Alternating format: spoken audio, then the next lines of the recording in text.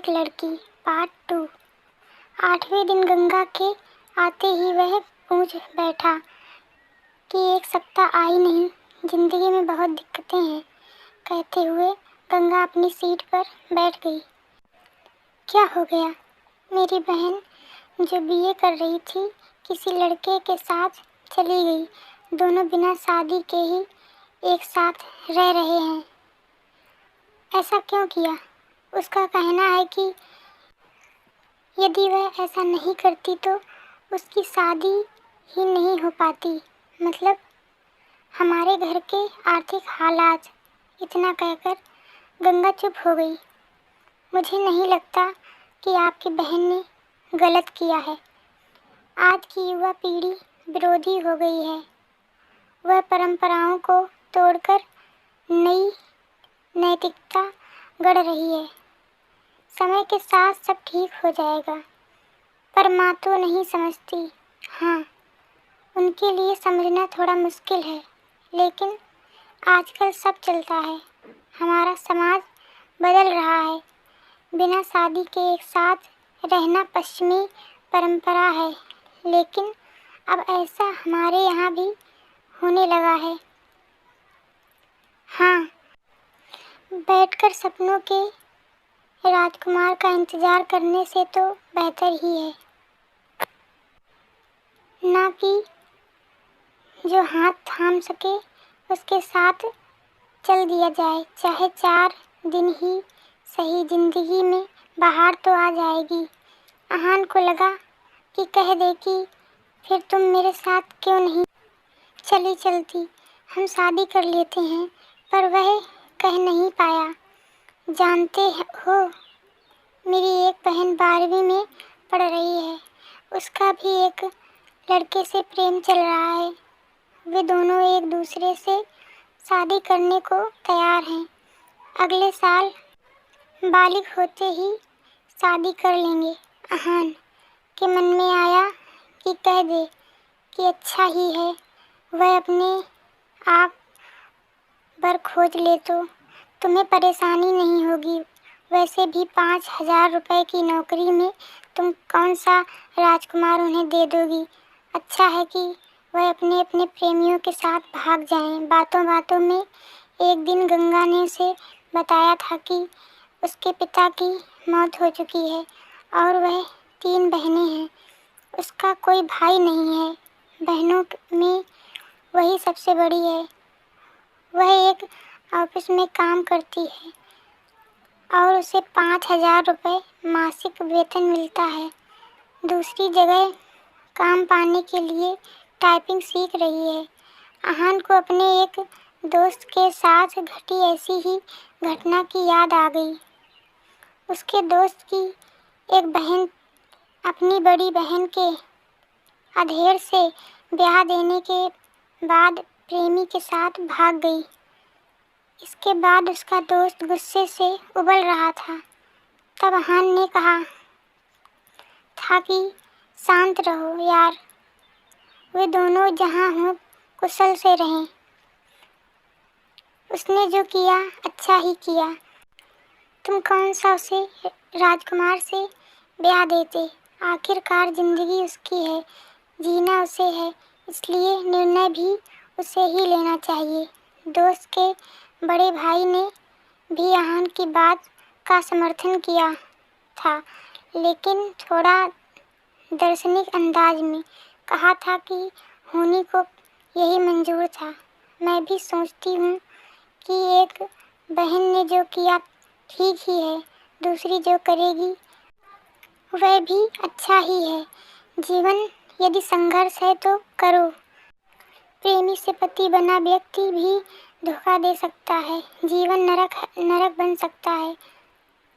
और माता पिता का खोजा राजकुमार भी यही करता है, लेकिन माँ नहीं मानती, सोचती बहुत है और तबीयत खराब कर लेती है।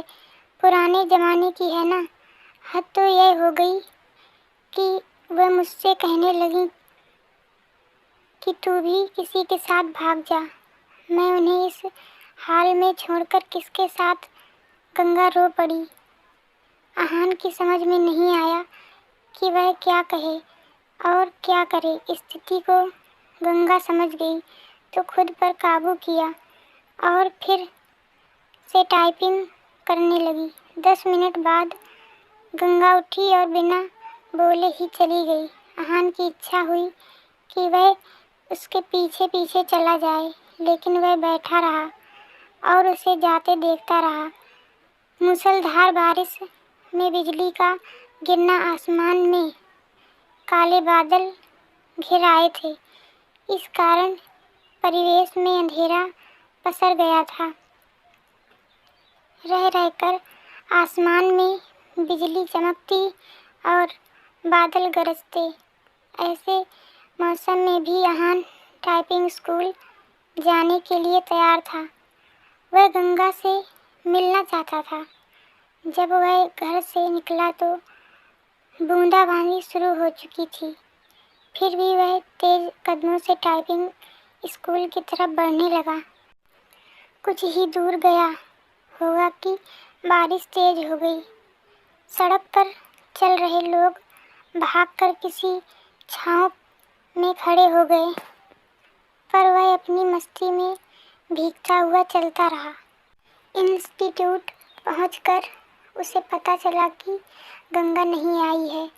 इतनी बारिश में आने की क्या ज़रूरत थी। मैडम ने अहान से कहा, आप नहीं समझेंगी, सब समझती हूँ, लेकिन अब गंगा यहाँ कभी नहीं आएगी। क्यों, आपको कैसे पता? उसका फ़ोन आया था। उसने कहा कि यदि आप आओ तो बता दूँ। वह कभी नहीं आएगी। अहान की आवाज़ किसी कुएं में से आती लगी। अहान टाइपिंग स्कूल से बाहर आया। बाहर मूसलाधार बारिश हो रही थी। जैसे ही उसने नीचे की ओर कदम रखा, जोर से बिजली चमकी और बादल गरजने लगा। अहान संज्ञा सुनसा भीगता हुआ घर की तरफ चल पड़ा। उसने सोचा कि वह गंगा के घर जाएगा, लेकिन उसके घर का पता तो मैडम दे सकती हैं। यह सोचकर वापस पलटा, लेकिन तब तक टाइपिंग स्कूल बंद हो चुका था। भीगते हुए घर पहुंचा, तब तक उसका शरीर बुखार से तपने लगा। लगभग 15 दिन वह चारपाई पर पड़ा रहा। जब कुछ ठीक हुआ तो 20वें दिन टाइपिंग स्कूल पहुंचा। मैडम नहीं मिली। यह सिलसिला 15 दिनों तक चला।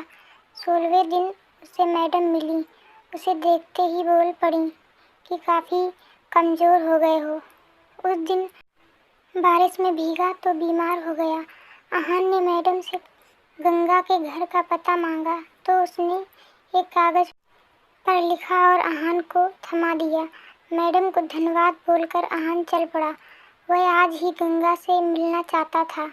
जब वह मैडम के दिए पते पर पहुंचा तो वहां ताला लगा था। पड़ोसियों से पूछने पर पता चला कि गंगा यहीं रहती थी, लेकिन अब मकान बेचकर चली गई है।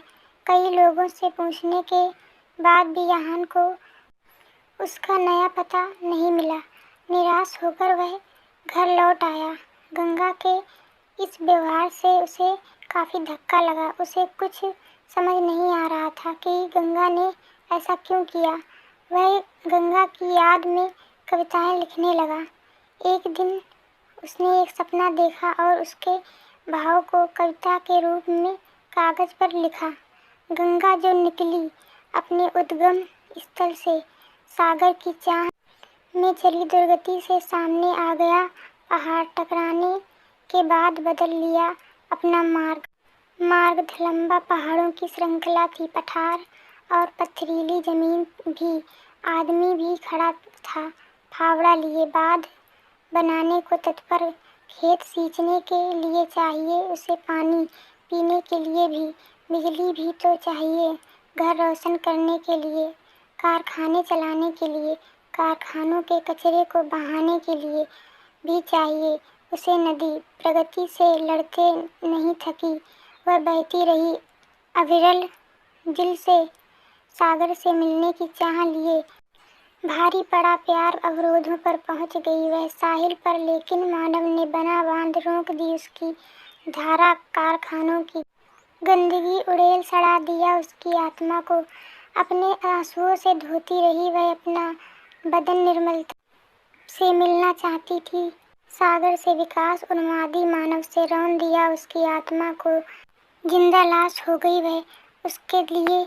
तड़पता है सागर, साहिल पर पटकता है अपने सिर को, उसने तो दम तोड़ दिया। मानव के विकास में सागर भेजता है बादल को उसे पुनर्जीवित करने के लिए। वह जानता है बेवफा नहीं है वह, सच्चा है उसका प्यार। कैद है मानव के विकास में, बरसते हैं बादल, उफनती है नदी, मानव को दिखाती है अपना विकराल रूप। मिलते ही प्यार की ताकत तबाह कर देना चाहती है वह मानव सृष्टि को। बदला लेना उसकी प्रकृति नहीं, भागती है तेज गति से सागर की ओर, बाहें फैलाए स्वागत करता है सागर। बताना चाहती है अपने कष्टों को वह, लेकिन कुछ भी नहीं जानना चाहता सागर। जानता है वह मानव स्वभाव को, उसका भी तो पाला पड़ा है इस स्वार्थी प्राणी से। आहान की इस कविता को पत्रिका में छपे 1 माह से अधिक हो गया है, लेकिन उसके पास इस बार भी अब तक गंगा का कोई पत्र या फोन नहीं आया है। उसे उम्मीद है कि एक न एक दिन गंगा उसे संपर्क जरूर करेगी। जब से वह कविता प्रकाशित हुई है तब से वह फोन की प्रत्येक घंटी पर चौंक जाता है। यही नहीं, हर रोज पोस्टमैन का बेसब्री से इंतजार करता है, और जब जब उसके आने का समय खत्म हो जाता है तो वह उदासी के समुद्र में डूब जाता है।